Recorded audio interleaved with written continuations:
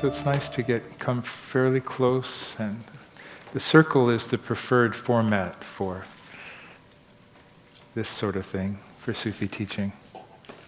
And sohbet, what we call sohbet, which means a friendly conversation with a purpose, is one of the most important Sufi practices. It's the way a lot is transmitted. So as our friend said, it's a Q&A. So are there any Q's? So what is our purpose? What is our purpose in life and existence? Friendly conversation with the purpose. Oh. Life and existence is very interesting. What's that? Life and existence purpose is very interesting. Yeah. I'll say a little bit more. Sohbet comes from the word companionship. Muhammad had companions. He didn't have students or even followers. He had companions. And our model through the centuries is that. So there's a sharing of mind, a sharing of energy. Intelligence and heart is magnified when people come together. Anything you do can be magnified for the better or the worse. Here, hopefully, for the good.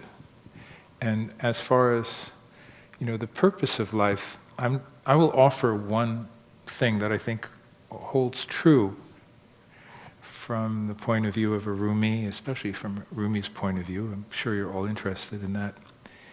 But I don't mean this to be to close down our inquiry. One way to express it is that the purpose of human consciousness is to know more and more the true dimensions of divine generosity and beauty. Generosity and beauty. I could add lots of words to that, but that's enough, I think, to contemplate. One of the divine's name is Karim, the one who just gives and gives, and Latif, which means subtle. But the divine subtlety, the most important aspect of the divine subtlety is the subtlety with which God, Allah, the divine, gives what we need. So, and it's important, of all the things a human being can do with our attention, with our faculties, we have such extraordinary possibilities. But where will we find what's truly of value to spend a human life? Not that it's one thing for everybody, not at all. But you know this story. A man was sent, the king sent him to a foreign land with a task. And that man went to that foreign land and spent years and years there. Did many extraordinary things. And then he came back to his king. And the king asked him, "What did you do?" And he had all these different things he had done. But he had forgotten the one purpose that he was sent for. Ultimately, we have to discover that. But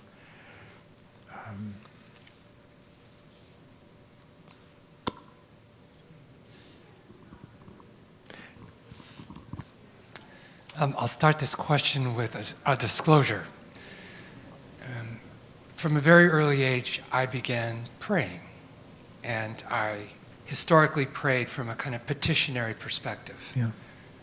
And that has evolved into, my prayer is now one of being open to being guided. Mm-hmm. And if I have anything in a petitionary posture, it is, help me know the next right thing. Mm-hmm. Mm-hmm. And if there's anything about your prayer journey you would like to share, I'd be very grateful. Well, thank you. That's beautiful.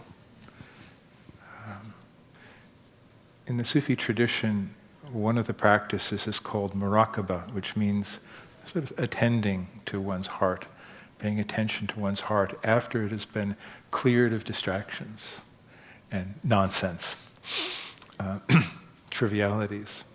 And one simply directs one's heart consciousness of one's heart, however you understand that, toward the divine, patiently, in stillness, in simple openness, just to be able to receive whatever gifts the divine brings. And all I'm really doing is maybe refining your process a little bit. I'm giving you something, I'm describing something that may help you in the next step of what you're already doing. So we can do muraqabah, or contemplation, is how I might translate it, in stillness. But when we learn it in stillness, we never stop doing it. Another way that it's said is that the purified heart, and that simply means the heart that's not filled with idols, the idols that our ego creates, which could be self-importance, power, wealth. When the heart is cleared of its idols, then the all-compassionate, the Rahman, all-compassionate, can take its seat on your heart, the throne of your heart, and guide you directly. So that's, in a way, a further step. Yes, it is. You know, so that's the Sufi idea of flow. You know, that the infinite compassion is literally there on the throne of your heart. And all you need to do is listen to that. Because knowing is a gift. Knowing is not something like we kind of do, but knowing is given when we open. When our attention has been trained to be less distracted by the mind, by the intellect, let me be precise, by the thinking mind, which is good for certain things and definitely to be used when it's needed. But there's also a state of what other people this weekend have called unknowing, and we know that very well. It's not an ignorant unknowing, it's just openness. I would rather call it openness rather than unknowing. Openness, so that in any moment you know what needs to be done next. So the only reason we don't know that is because we're filled with compulsions, the false self and its neediness to be appreciated, to be the center of attention, or because it's in fear or resentment or reaction. Lots of stuff. I don't need to describe it all. You know it very well. The being of the human being is free of all that. You know our word for ecstasy? Anybody want to know about ecstasy? Once, years ago, there was a chat group going on, and somebody said, well, what is Sufism? And someone wrote, Sufism is a body of techniques for producing ecstasy. And I thought, well, not untrue, but a very shallow definition. As if ecstasy is just something we can grab for ourselves. No, the word in Arabic and other Persian, etc., is wajd, ecstasy. Wajid, in this language, there are roots with 3 consonants. It's like a family of meanings. So wajid means to find. Wujud is being. It's the word for being. What a nice coincidence. What you can find is being. When you have found being, that's wajd, ecstasy. So ecstasy is just the experience of finding being. It's the natural bliss of existence. Whenever all else is cleared away. It's what Rumi was drunk with and wanted to share with all of us. But that ecstasy is not because it's a state he was grasping. There was no greed in it. It came from his total devotion to the core of reality, which we can call the divine, which for him was also very personal. He says, you, because it's not impersonal. It's not separate. But what non-duality or the non-dual consciousness is not an abstract state. It doesn't, at its best, doesn't produce an abstracted human being. It produces the kind of human being you'd want to sit down and have a cup of tea with.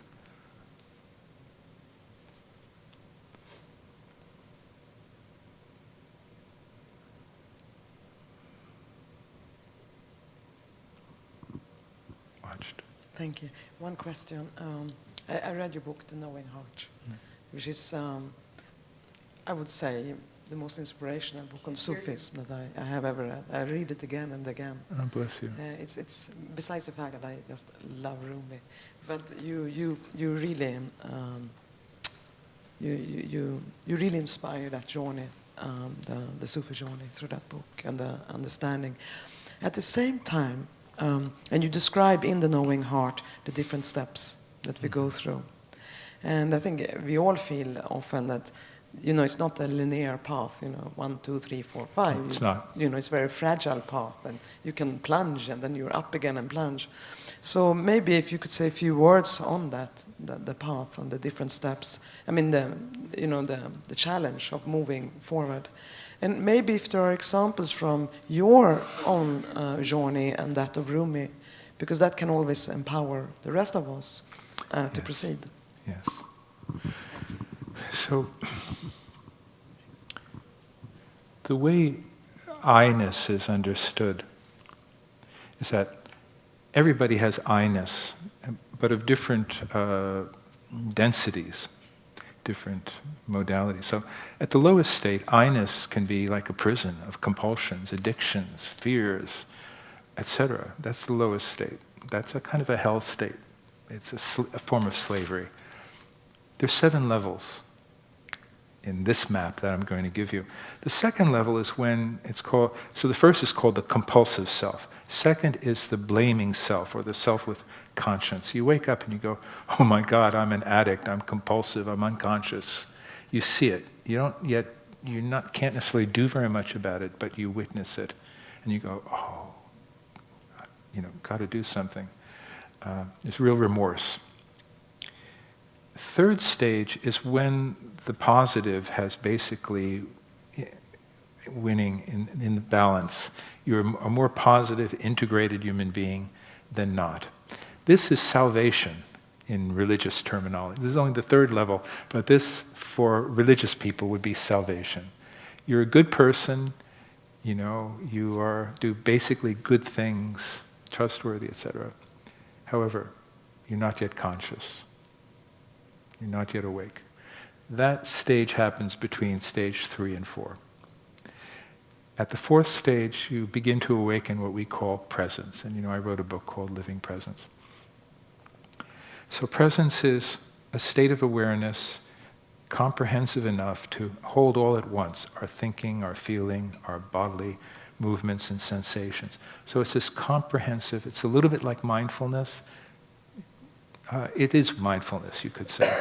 It is self-awareness that can encompass all of our ordinary human functions. It is still a self-awareness. It's still generated, in a sense, from the self. But it's beginning to wake up. And maybe it's only for minutes a day, but it grows. As it becomes more and more sustained, you begin to sense that the presence isn't just mine. The presence is sourced in something way beyond me. And that's what we then distinguish as remembrance in Sufi terms, which is the most important practice, the remembrance of God. One of the most important truths I've ever learned, and it comes right out of the Quran, is indeed, in the remembrance of God, hearts find tranquility. Test that. See if it's true or not. Don't take it as a belief. Indeed, in the remembrance of God, hearts find tranquility. So remembrance is presence that is not just mindfulness, and mindfulness too can be of the head. It can just be being present in the moment. But let's say heartfulness, when you're present to your heart, which is some of what I was trying to convey this morning. So presence itself is something vast. I'm making it seem like a mere stage, but in fact it's almost everything, except for the fact that when it opens up and finds its true relationship with the divine, and it begins to be infused more with the divine qualities, and you actually have the experience, one of the most beautiful experiences for a human being. Please don't misunderstand it, but you experience, I'm really nothing in relation to this. What a relief. You feel the awesome generosity, love, holiness of this something that you are experiencing. It's so much more than I'm going to drink my tea mindfully. Much more than that. So you're nothing, and yet that's not a negative state. You're so grateful to be relieved of the false responsibilities of the false self. Okay, so we're at the fourth stage, presence. Much of the spiritual journey is at this fourth stage, a stage of developing presence, making it more natural in our lives, being aware of each breath, just being aware, noticing your ego. You don't lose it, but you're in a different quality of eye. You see, each of these stages, there's a different quality of eye. It's getting refined. First, at the bottom, it was like ice. It was dense and knocked up against other people. Then it got a little more fluid. It got watery, and then it got nice, pure water at the third stage. Now it's beginning to turn into vapor, at the level of presence. But here at this level, the next stage, and this is a big journey in here, level 4. This is just a map. You have moments, or maybe you have arrived at intimacy, which some would call union or oneness with God. We prefer to call it intimacy. We never say, or rarely does a Sufi ever say, I am God. Though Ibn Arabi, who is one of the greatest of Sufis, I'll pass on what he said because it's so beautiful. What he said about the non-dual state, here it is. He said, my journey was entirely within myself. But when I came to the presence of my Lord, I saw that again, it's about the experience of that I was nothing but servanthood, without a trace of sovereignty. Meaning all agency is with the divine. And this is a very high state. But it's a state of seeing the best you can be is that servant of that sovereignty, of that power. So you taste that at the fifth stage. This is nirvana. Where do you go from here? What else is there? Well, that state is not permanent in the sense that one cannot live as a human being in exactly that state, but one can return to life with the integration of that experience, so that in a sense you never lose it, you never forget it. It continues, but now you consciously choose to enter this chaotic world with all of its conflicts and problems and needs, it's almost like the crucifixion stage. You intentionally come back, but you come back with the essence of that intimacy, that union in your being, and you enter fully into the life of this world as a servant, as an activist, as whatever it is you're going to be, as a mother, as a father, but you come back as a transformed human being, but maybe ideally invisible. There's nothing special about this. You don't expect anything for yourself. The seventh stage, hard to verbalize, but let's say it's complete ordinariness and transparency to the divine at the same time. It's just the perfection of all of that. It's the perfected human being, the comprehensive human being who can express the full palette of divine qualities in their life. When tenderness is needed, tenderness emerges. When clarity is needed, clarity emerges. When power is needed, power emerges. Because of one's relationship to the whole 99 or 99 million names of God, which have now become activated in you, the human being, and those 99 names were always there from the very beginning. In the spiritual anthropology of the Quran, Adam, the primordial human being, not necessarily a male, was given all the divine names. That's innate in every human being. And it's believed, or it's thought, that no other creature, on this earth at least, has those 99 names latent in them, though animals worship the divine naturally and just being what they are. But the human being has to be intentional, and the human being has the capacity of the very creativity of God through the activation of the 99 names, and that's the perfected human being. That's the seventh stage. So what I just want to remind us of is some of the key points. The distinction between presence and remembrance. Remembrance is presence plus feeling that divine, our need for the divine, our dependence on the divine, our being sustained by the infinite. That's remembrance. And Sufis are practicing remembrance when we say Allah, Allah, Allah, Allah. Or who heard the Qawwali group the other day? How many people heard the Qawwali group? Oh, only a few of you. Oh my God, it was so amazing. And their first song was Allahu, Allahu. Well, the who part of it is the word for divine presence, the primordial sound, the sound of being. Let's all together, just 3 times, join me, follow my voice. This is the most sacred syllable. I'm going to give it to you easily, and you can take it. In the name of God, Yahu.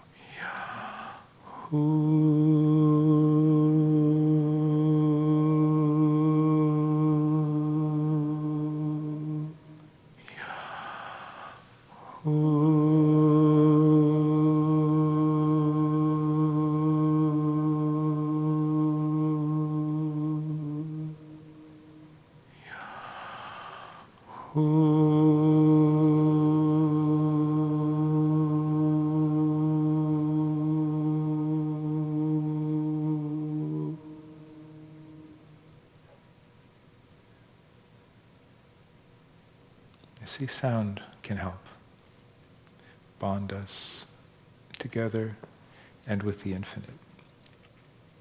If you ever have the blessing of visiting Rumi in Konya, and you walk into the shrine, and just as you walk into the big open space, if you turn around and look back, you're going to see a calligraphy. And the calligraphy looks like this. It's who and who. It's who mirrored in the Arabic letters. Who is mirroring who? The divine is mirroring the human is mirroring the divine. This is like the core symbol. This is also in our, you might say, logo, or what the image that Threshold Society uses. To remind us that this is another aspect of the non-dual, that the human being is a reflection of all the divine attributes, and also that in a profound way the divine is somehow a reflection of the human. It's that close. Yes. I really appreciate your saying that, because that to me clarifies the quality of what I find in your sharing, and also the sharing of everything I've come to know or touch with regard to Sufism. And I would express that in part, only in part, as a tenderness, a intimacy, an affection, respect, courtesy, and many, many very, very delicate qualities, which when you just shared about the reflection, goes to a question I raised yesterday about the value of the human. And so first of all, I want to thank you for that sharing. I'd also like to ask,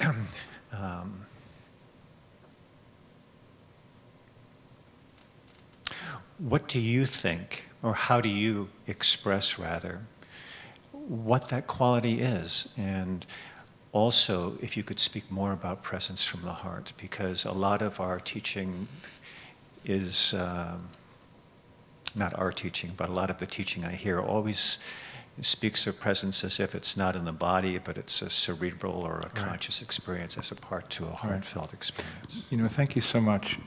The adjectives you just used are all extremely appropriate, and there's some that I would use. I've even said many times, this is a tender universe.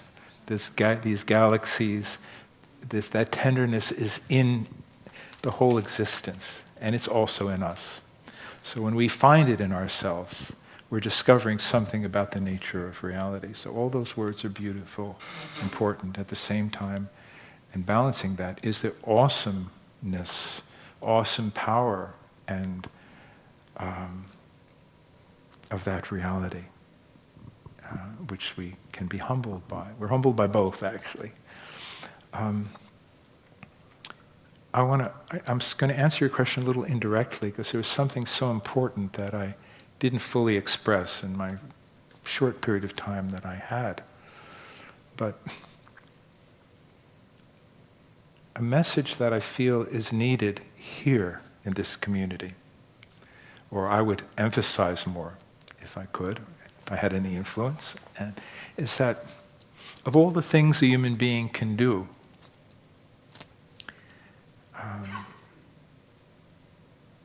the development of human character is the fullest realization of non-dual consciousness.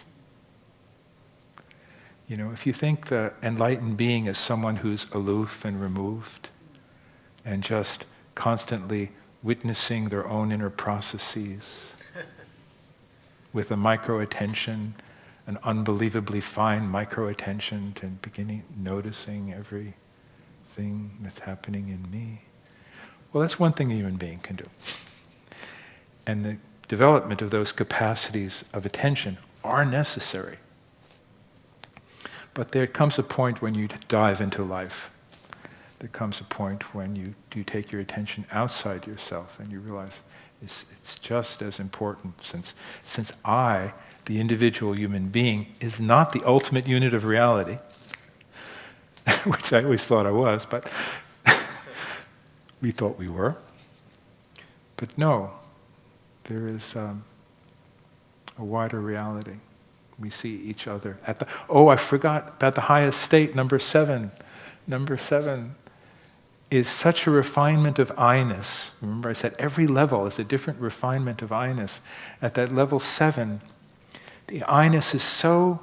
it's there, it's functional, perfectly functional, but at the same time it is so subtilized, if that's a word.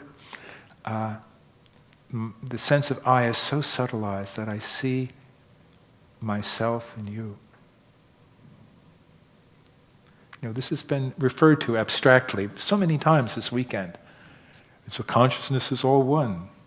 It's all one. It's just one Yes. Have you lived it? Have you known that? Have you seen that? It's real. It's not just an abstraction. It's not just a concept. But to know that is a transformation of I-ness itself.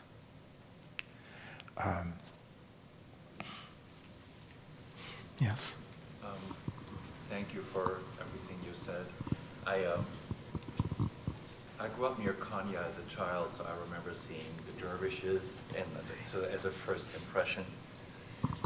And as an adult, I think about the trance state, and I was wondering if you could speak a little bit about your take on the experience of this trance state, its importance, how it relates to consciousness. Okay. Let's define our terms. What happens in the whirling ceremony is not a trance. I think a trance, that word should be used for a shaman goes into trance. A shaman is possessed by a spirit and receive, the rest of you know what that is. No, that's not what we're doing.